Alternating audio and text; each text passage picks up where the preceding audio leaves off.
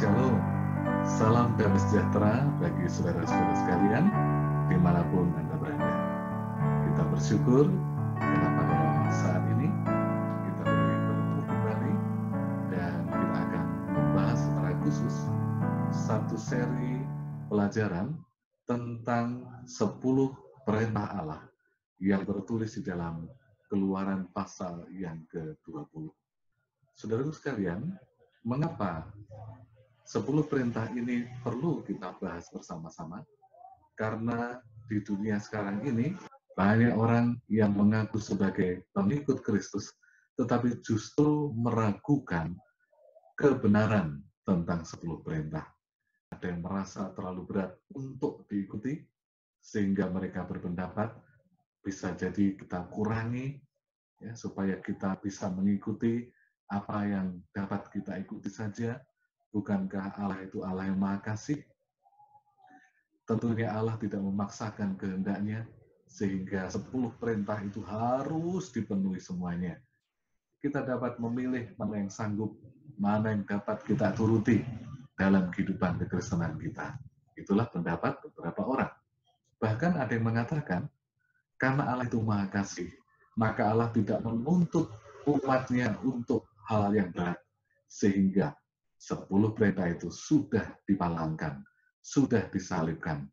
Tidak perlu lagi, karena Allah sudah menggantinya dengan hukum kasih di dalam Matius pasal yang ke-22. Nah, saudara sekalian, benarkah demikian? Apakah benar 10 perintah itu sudah dipalangkan? Apakah benar 10 perintah itu tidak berlaku lagi? Apakah benar Tuhan sudah merubah 10 perintah menjadi 2 hukum kasih yang diajarkan oleh Tuhan Yesus? Atau justru 10 perintah dan hukum kasih itu menjadi satu kesatuan yang tidak dapat dipisahkan? Melalui seri pelajaran 10 perintah Allah ini, kita akan mempelajarinya dengan secara seksama. Nah, ayat yang ingin saya bacakan pertama adalah Keluaran 31 ayat 18, menunjukkan kepada kita bahwa hukum Allah, 10 perintah itu bersifat kekal. Mari kita membaca Keluaran 31 ayat 18. Dan Tuhan memberikan kepada Musa, setelah ia selesai berbicara dengan dia di Gunung Sinai, kedua loh hukum Allah, loh batu yang ditulis oleh jari Allah. Kita lihat, saudara sekalian, 10 perintah itu ditulis di atas 2 loh batu oleh Allah dengan jarinya. Tuhan tidak memerintahkan kepada Musa untuk menuliskannya, tetapi Tuhan menuliskannya sendiri. Mengapa? Karena Tuhan tahu bahwa hukum ini adalah gambaran dari karakter Allah yang tidak pernah berubah. Adalah cerminan kasih Allah kepada manusia yang tidak pernah berubah. Itulah sebabnya Tuhan tidak mempercayakan kepada Musa menulis 10 perintah, tetapi dia tulis sendiri. Artinya, tidak seorang pun dapat mengubah 10 perintah itu. Itu adalah wewenang sepenuhnya dari Allah. Tetapi orang mengatakan, bukankah 10 perintah yang di 2 loh batu itu sudah dihancurkan Musa ketika orang Israel menyembah lembu emas? Benar sekali. Tetapi ketika Tuhan memerintahkan Musa untuk naik kembali ke gunung, untuk membawa 2 loh batu, Allah kembali menuliskannya dengan jarinya. Mari kita membuka Keluaran 34 ayat yang pertama. Keluaran 34 ayat yang pertama dikatakan sebagai berikut. Berfirmanlah Tuhan kepada Musa, pahatlah 2 loh batu sama dengan yang mula-mula, maka aku akan menulis pada loh itu segala firman yang ada pada loh yang mula-mula yang telah kau pecahkan. Kita lihat, Allah menegaskan kembali, Dia yang akan menulis dengan jarinya perintah-perintah yang sama. Musa hanya memahat batu dan membawanya kembali ke atas gunung, dan Allah menuliskannya dengan jarinya. Dengan demikian, ini menjadi satu jaminan bahwa perintah-perintah itu tidak dapat diubah oleh siapapun. Perintah-perintah itu adalah wewenang dari Allah, adalah hak Allah yang tidak dapat diambil oleh manusia. Mari kita mulai dengan sebuah ilustrasi. Ini adalah sebuah buku petunjuk atau pedoman pemilik bagi pemilik kendaraan yang baru. Apabila kita membeli kendaraan baru, tentu saja akan disertai dengan pedoman pemilik. Untuk apa pedoman pemilik ini? Nah, saudara sekalian, buku pedoman pemilik setebal apapun dan sebagus apapun tidak dapat ditukar dengan mobil. Pedoman pemilik ini berisi petunjuk penggunaan mobil, perawatan mobil, bagaimana cara menggunakannya, alat-alatnya ada di mana, cara membuka, cara menutup, dan sebagainya. Itulah isi dari pedoman pemilik ini. Salah satunya adalah petunjuk seperti ini. Jika bahan bakar mobilnya adalah bensin, sesuai petunjuk, maka pemilik mobil harus mengisi dengan bensin. Bisakah kalau diisi dengan solar? Bisa. Bisa berjalan? Tentu bisa. Tetapi dalam waktu yang singkat, mobil itu akan rusak dan tidak dapat dipakai lagi. Demikian juga dengan minyak pelumas. Minyak pelumasnya ditentukan sesuai dengan klasifikasi yang ada dalam mobil tersebut. Kemudian, petunjuk-petunjuk yang sederhana, contohnya, berhenti, rem yang diinjak. Kalau tanjakan tajam, harus menggunakan gigi 1, perseneling 1. Mengapa? Kalau perseneling 4, tidak akan dapat naik. Itu semua ada di petunjuk. Saudara sekalian yang terkasih dalam Tuhan, mengapa petunjuk diberikan? Supaya mobil itu tetap awet, mobil itu terpelihara dengan baik, bukan untuk memperoleh mobil, ini buku pedoman, tetapi petunjuk menjalankan dan merawat mobil supaya tetap dalam kondisi yang baik. Saudara sekalian, demikian juga 10 perintah. 10 perintah Allah diberikan bukan supaya manusia selamat, tetapi buku pedoman bagi manusia yang sudah diselamatkan. Agar apa? Agar tetap berada dalam kondisi selamat sampai pada akhirnya. Saudara sekalian yang terkasih dalam Tuhan, mari kita membaca Efesus 2 ayat 8. Dikatakan sebagai berikut. Sebab karena kasih karunia kamu diselamatkan oleh iman. Itu bukan hasil usahamu, tetapi pemberian Allah. Dengan tegas, Alkitab mengatakan, keselamatan adalah pemberian Allah. Keselamatan adalah hasil usaha Allah melalui kematian Yesus Kristus. Dan itu bukan karena hasil usaha kita.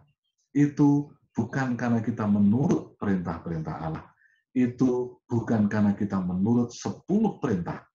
Keselamatan adalah pemberian Allah 100%. Usaha kita sehebat apapun, setulus apapun, dalam menuruti perintah-perintah Allah, itu tidak akan membawa kepada keselamatan. Kalau begitu, apa fungsinya 10 perintah dalam hal ini? Kalau keselamatan adalah 100%, pekerjaan kasih karunia Allah. Kemudian peran 10 perintah sebagai apa? Ya. Dalam Yohanes 15 ayat 10 dikatakan, jikalau kamu menuruti perintahku, kamu akan tinggal dalam kasihku. Seperti aku menuruti perintah Bapakku dan tinggal dalam kasihnya. Apa peran 10 perintah bagi kita? Jika kita menuruti perintah-perintah itu, kita akan tetap tinggal di dalam kasih Yesus. Apa artinya? Yesus yang sudah memberikan keselamatan, dan kalau kita tetap ingin tinggal dalam kasih yang menyelamatkan itu, kita menuruti perintah-perintahnya. Di dalam bahasa aslinya, kata perintah di dalam Yohanes 15 ayat 10 ini berasal dari kata Yunani, yaitu entole, yang memang merujuk langsung kepada kata perintah. Jadi, saudara sekalian, ayat 10 ini menunjuk kepada perintah yang diberikan sebagai petunjuk hidup bagi umat Tuhan. Untuk apa? Dengan jelas dalam ayat ini, agar kita tetap tinggal dalam kasih-Nya, agar kita tetap selamat, agar kita tetap di rel yang benar, agar kita tetap dalam kasih karunia yang menyelamatkan. Saudara sekalian, mari kita lihat buktinya, bahwa 10 perintah itu diberikan Allah bukan untuk menyelamatkan, tetapi agar umat-umatnya tetap selamat. 10 perintah diberikan oleh Allah setelah bangsa Israel diselamatkan dari perbudakan Mesir. Ini yang pertama. Jadi, 10 perintah itu diberikan bukan sebelum keluar dari Mesir sebagai syarat untuk selamat, tetapi justru setelah bangsa itu diselamatkan keluar dari perbudakan, untuk menjaga mereka tetap selamat, untuk menjaga agar mereka tidak kembali kepada mental perbudakan Mesir.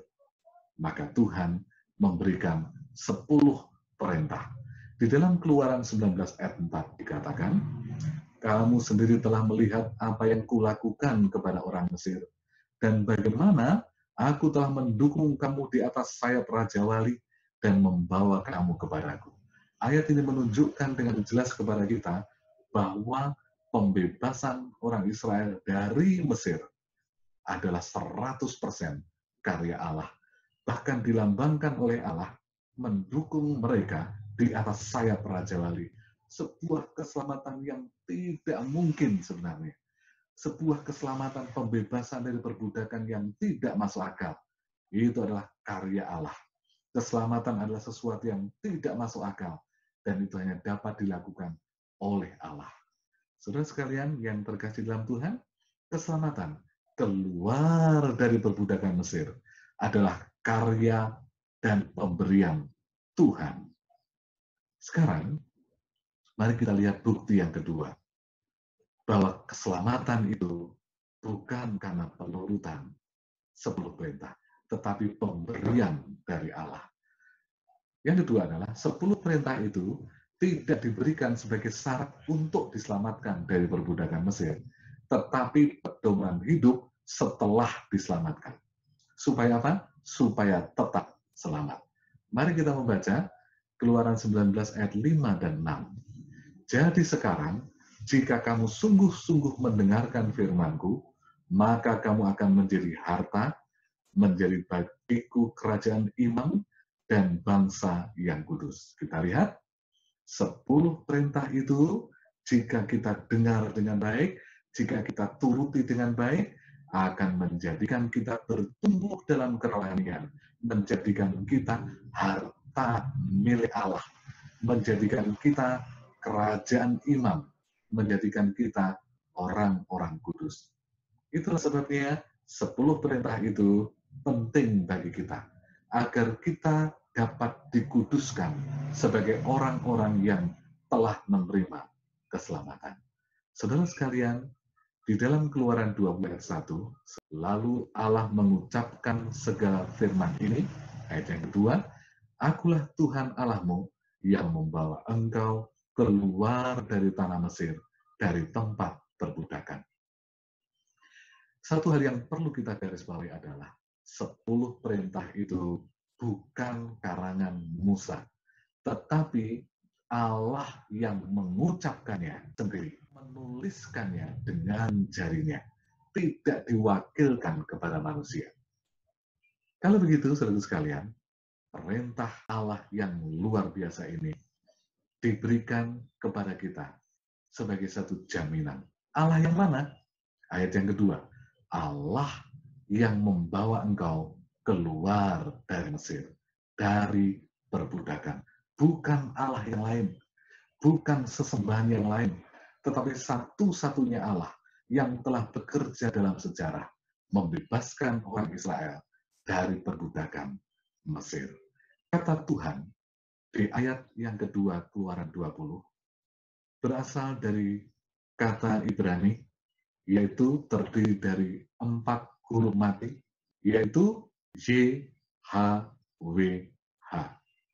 Banyak orang menyebutnya dengan Yahweh atau Yehovah. Ya. Dan kata ini disebut dalam perjanjian lama, saudara sekalian, menjadi kata terbanyak dalam perjanjian lama. 6.823 kali disebutkan. Ini luar biasa. Dengan kata lain, perjanjian lama adalah tentang Tuhan. Perjanjian lama adalah bercerita tentang karya Tuhan dalam menyelamatkan manusia. Dan ketika orang Israel bertemu dengan 4 huruf mati ini, mereka tidak menyebutnya dengan Yahweh, mereka tidak menyebutnya dengan Yehovah, karena memang tidak ada huruf hidupnya. Semua huruf mati. Sehingga ketika bertemu dengan tulisan ini, 4 huruf ini, mereka menyebutnya dengan kata ganti Adonai. Ya, Adonai. Akulah Adonai Allahmu yang membawa engkau keluar dari Mesir. Yesus juga tidak menyebut Yahweh atau Yehovah, tapi Yesus menyebut dengan Adonai atau Bapa. Dan lebih sering Yesus menggunakan kata Bapa untuk menyebut Tuhan Sang Pencipta, yaitu Allah yang membawa keluar bangsa Israel dari perbudakan. Jadi, sekarang ini banyak orang yang percaya dan mengajarkan, bahkan memaksakan kehendak. Kalau kita ingin selamat, sebut Tuhan itu dengan Yahweh atau Yehovah. Kalau tidak, nggak ada keselamatan, nggak ada berkat. Padahal Yesus sendiri menyebutnya dengan Adonai atau Bapa. Apakah salah kita menyebut dengan Yahweh dan Yehovah? Itu hak saudara, itu hak siapapun. Tetapi ketika mereka yang menyebut Tuhan dengan Yahweh dan Yehovah memaksakan kehendak, menyalahkan mereka yang menyebut Bapa, menyalahkan mereka yang menyebut Tuhan, menyalahkan mereka yang menyebut Allah, maka itu menjadi satu kesalahan yang fatal. Kenapa? Yesus tidak menyalahkan orang-orang pengikut-pengikutnya menyebut pencipta itu dengan Bapa. Yesus tidak menyalahkan orang-orang yang menyebut sang pencipta itu dengan Tuhan atau dengan Allah sesuai dengan bahasa di mana mereka berada.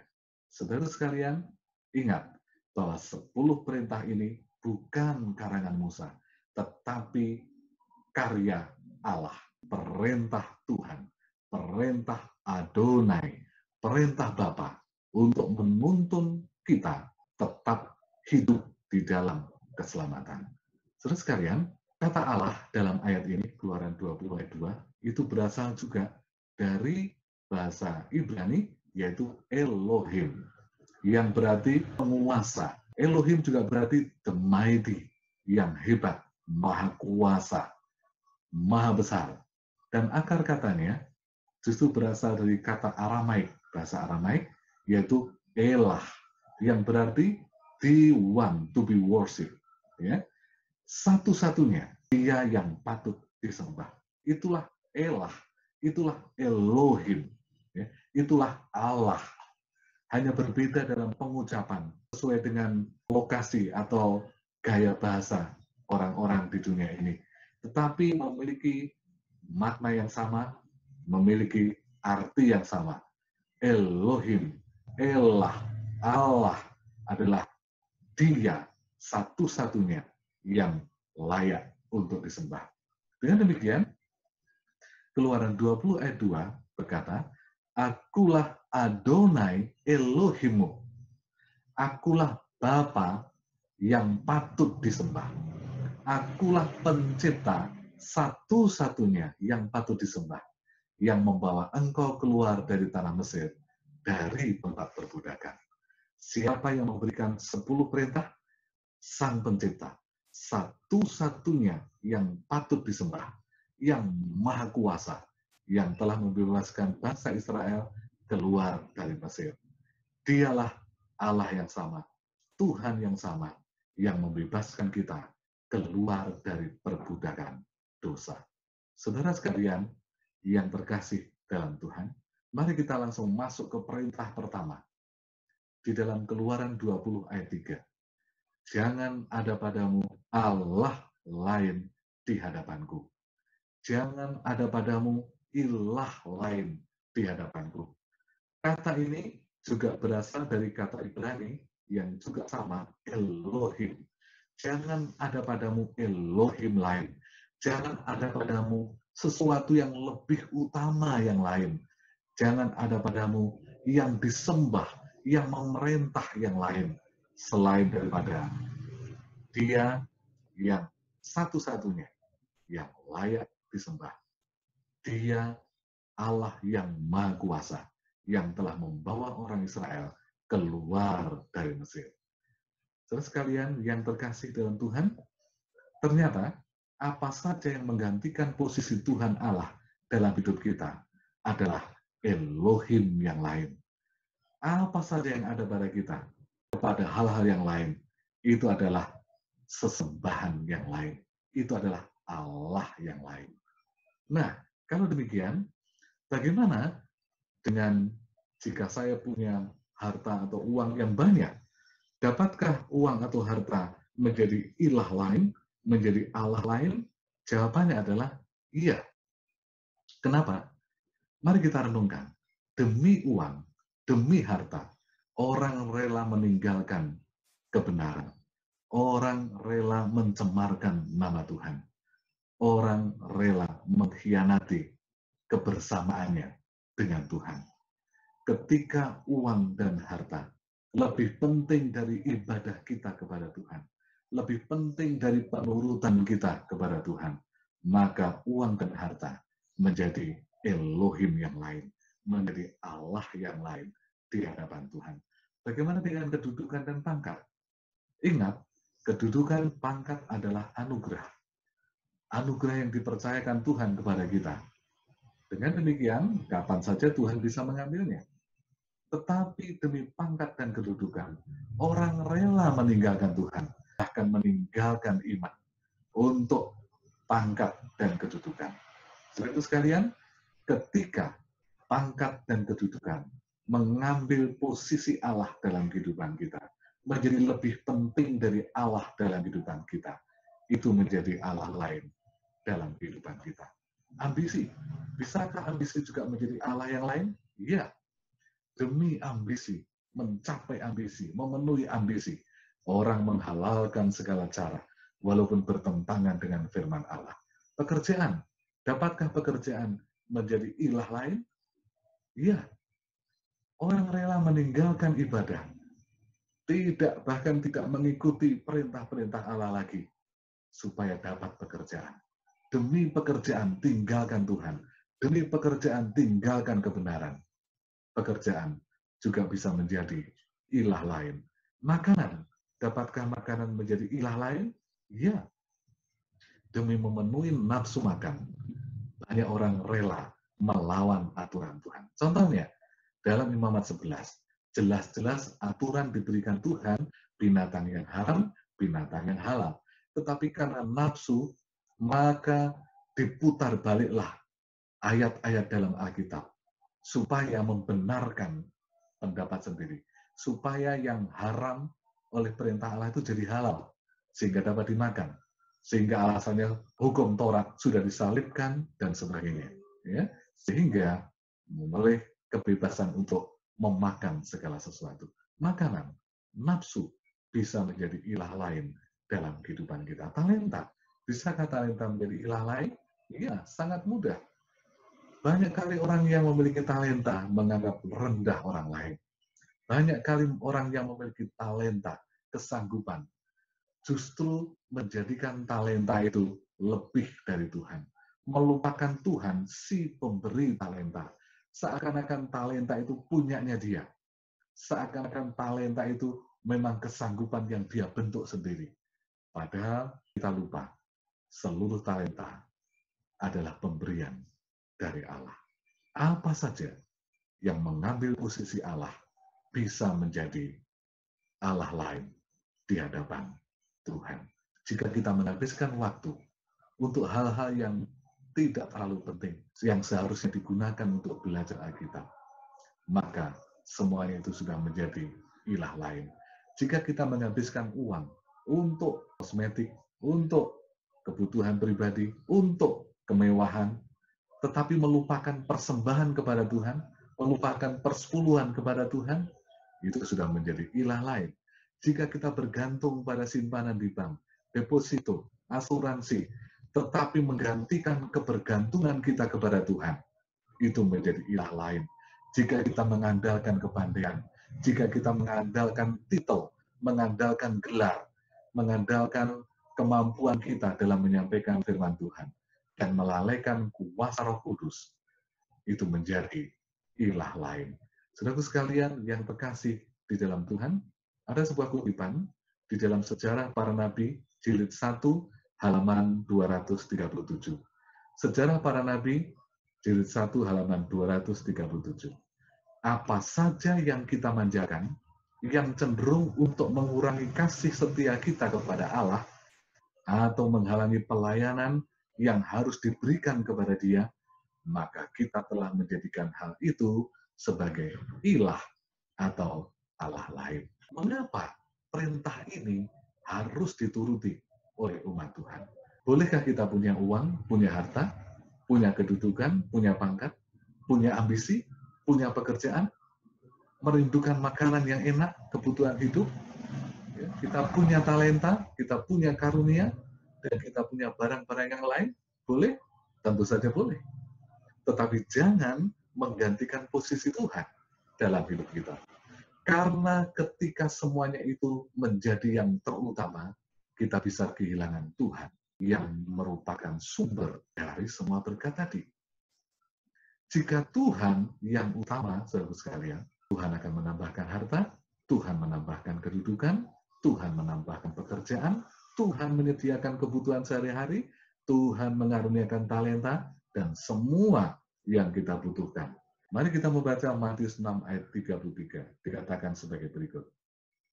Tetapi carilah dahulu kerajaan Allah dan kebenarannya, maka semuanya itu akan ditambahkan kepadamu.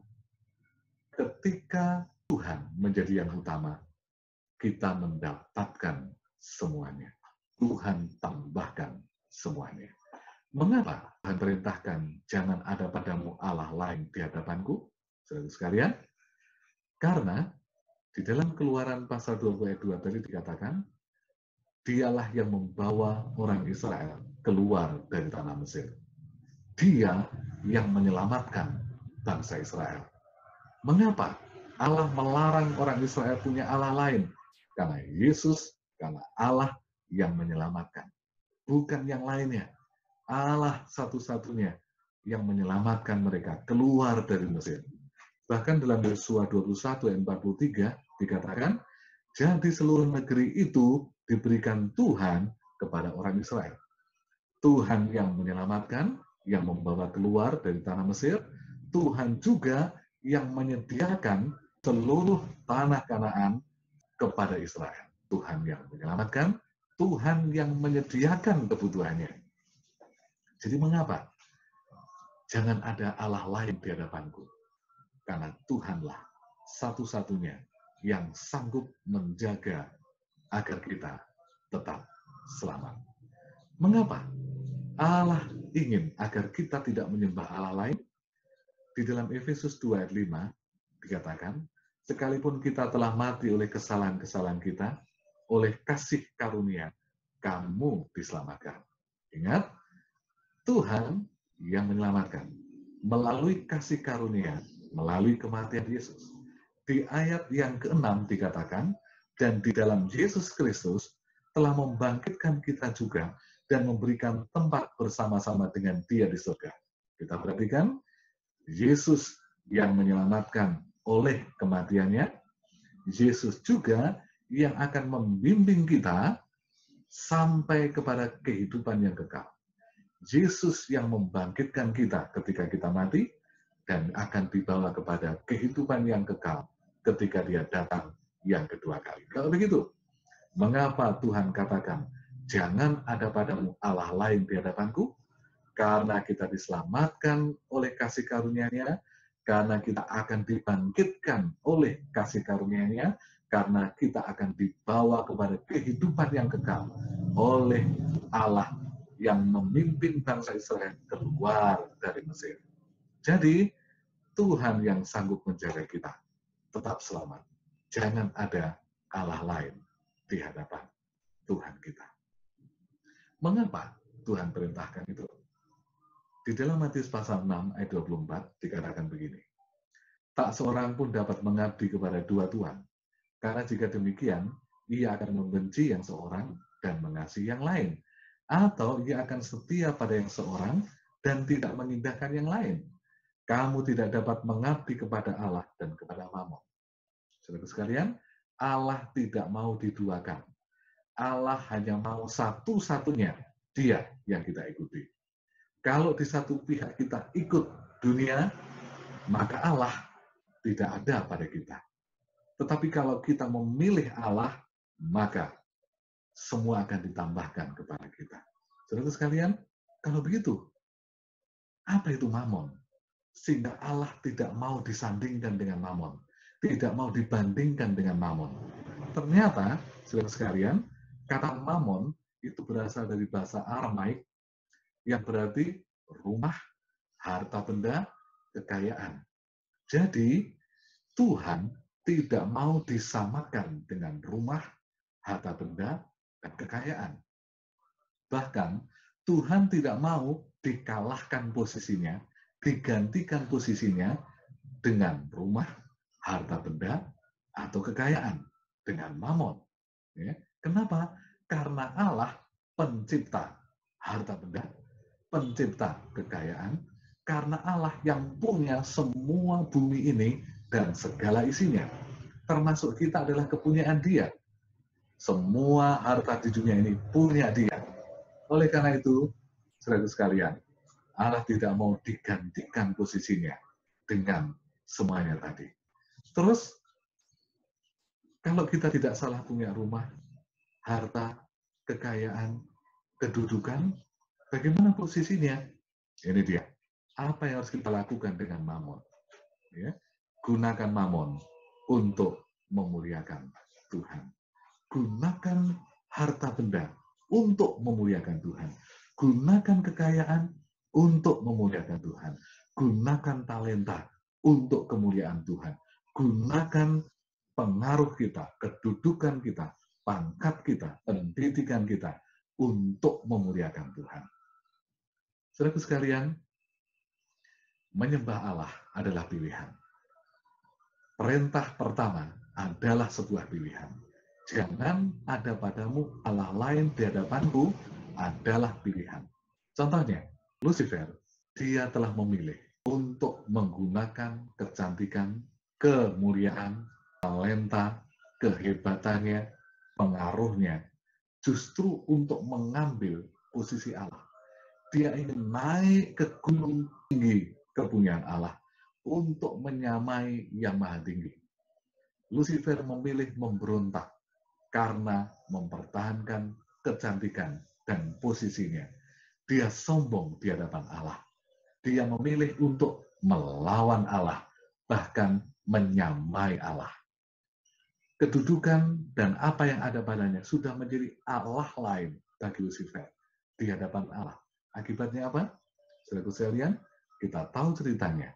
Lucifer diusir dari sorga dan binasa selamanya. Kita lihat, setiap pilihan ada konsekuensi atau akibatnya.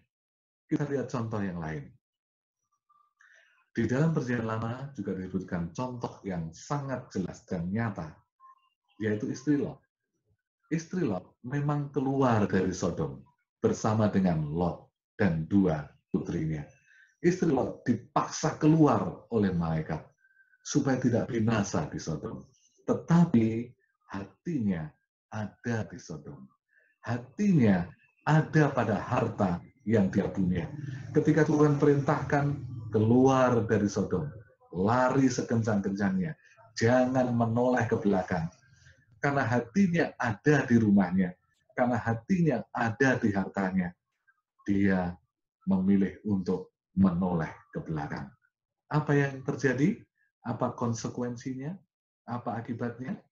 Dia menjadi tiang garam, menjadi patung, dan binasa. Kita lihat, pilihan ada akibatnya. ketika kita memilih Allah lain di hadapan Tuhan. Seperti Lot memilih hartanya menggantikan posisi Tuhan, melanggar perintah pertama, dia menjadi tiang garam dan binasa.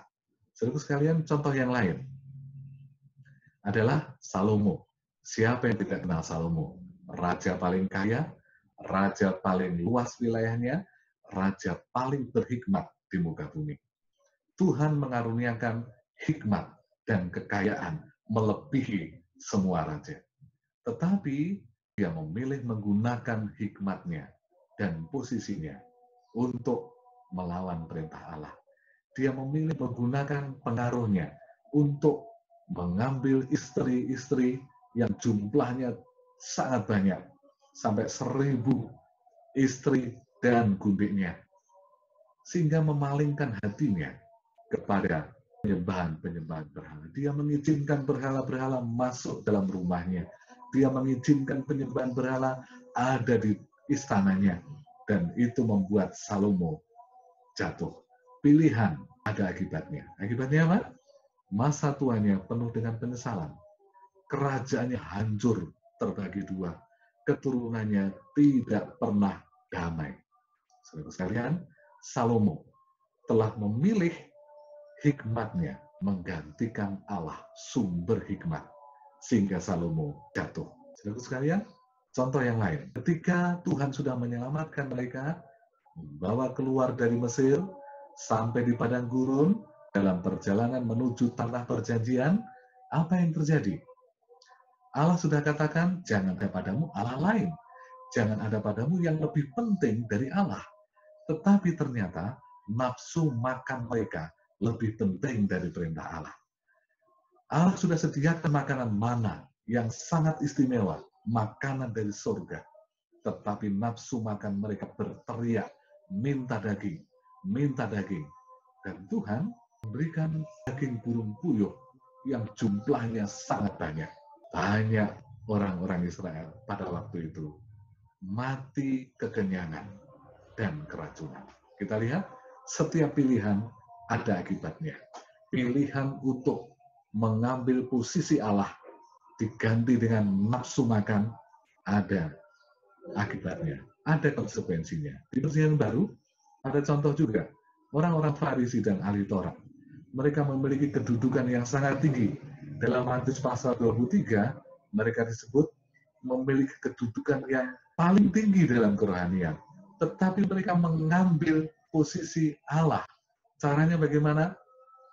Mereka menambah peraturan-peraturan ibadah, menambah hukum-hukum yang memberatkan, sehingga menjadi satu kesan, ibadah kepada Allah adalah berat, tidak dapat diturut. Orang-orang Farisi bahkan mengambil satu sikap, kedudukan mereka lebih penting dari Allah. Perintah Allah ditambah tidak karuan. Perintah Allah dipersulit, seakan-akan Allah adalah Allah yang kejam. Bahkan mereka mengambil sikap, ketika Yesus datang dan memberikan pengajaran yang benar tentang hukum Allah, tentang penurutan, orang-orang Farisi dan ahli Taurat justru menolak Yesus. Akibatnya apa? Saudara sekalian, ketika orang Farisi dan ahli Taurat mengambil posisi Allah, mereka kehilangan keselamatan dan mereka kehilangan hak sebagai bangsa pilihan, bangsa yang dipilih oleh Tuhan untuk menjadi alat bagi Tuhan, menjadi terang bagi dunia ini. Hak bagi bangsa itu menjadi bangsa pilihan diambil. Sekarang, saudara sekalian, mari kita membaca bagian terakhir dari renungan kita ini, membaca dalam Yosua 24 ayat 15. Maka Yosua mengulangi perintah itu kepada bangsa yang dipimpinnya. Dia katakan, tetapi jika kamu anggap tidak baik untuk beribadah kepada Tuhan, pilihlah pada hari ini kepada siapa kamu akan beribadah. Allah yang kepadanya nenek moyangmu beribadah di seberang sungai Efrat, atau Allah orang Amori yang negerinya kamu diami ini. Tapi aku dan seisi rumahku, kami akan beribadah kepada Tuhan. Yosua 24 ayat 15. Saudara sekalian, menyembah Allah tidak dapat dipaksakan. Menyembah Allah adalah sebuah pilihan. Menyembah Allah, menuruti perintah Allah adalah sebuah pilihan. Penurutan yang karena paksaan tidak akan menghasilkan sesuatu yang baik. Penurutan yang karena pilihan adalah satu hal yang akan membawa hasil yang baik, yang membawa hati kita damai, yang membawa hati kita akan tenang. Perintah pertama dari Allah yang ditulis di dua loh batu dengan jari Allah sendiri, yang tidak dapat diubah oleh siapapun sampai kapanpun. Diulang pada saat ini. Jangan ada padamu Allah lain di hadapanku. Allah ingin semua yang ada pada kita tidak menggantikan posisinya, tidak lebih penting daripadanya. Karena Allah adalah sumber dari semua berkat tadi. Ingat apa yang dikatakan Matius pasal 6 ayat 33 tadi. Jika kita mencari Allah terlebih dahulu dan kebenarannya, harta benda ditambahkan, kedudukan, pangkat ditambahkan, semua kebutuhan kita ditambahkan. Tetapi ketika materi-materi tadi menggantikan posisi Allah, Allah tidak bertanggung jawab akan keselamatan kita. Sekali lagi, saudaraku sekalian, seperti Yosua, aku dan seisi rumahku, kami akan beribadah kepada Tuhan. Kenapa? Karena Tuhan sudah perintahkan, jangan ada padamu Allah lain di hadapanku. Pilihan ada pada saudara, pilihan ada pada saya. Pilihlah yang paling tepat, yang sesuai dengan hati kita. Ingat, setiap pilihan ada konsekuensinya. Setiap pilihan yang kita buat ada akibatnya. Memilih menurut, kita akan dituntut tetap selamat sampai kepada kehidupan yang kekal. Memilih untuk menolak perintah Allah, ada akibatnya. Tuhan tidak bertanggung jawab atas keselamatan kita, karena kita sudah memilih Allah yang lain. Kiranya kita memilih dengan tepat.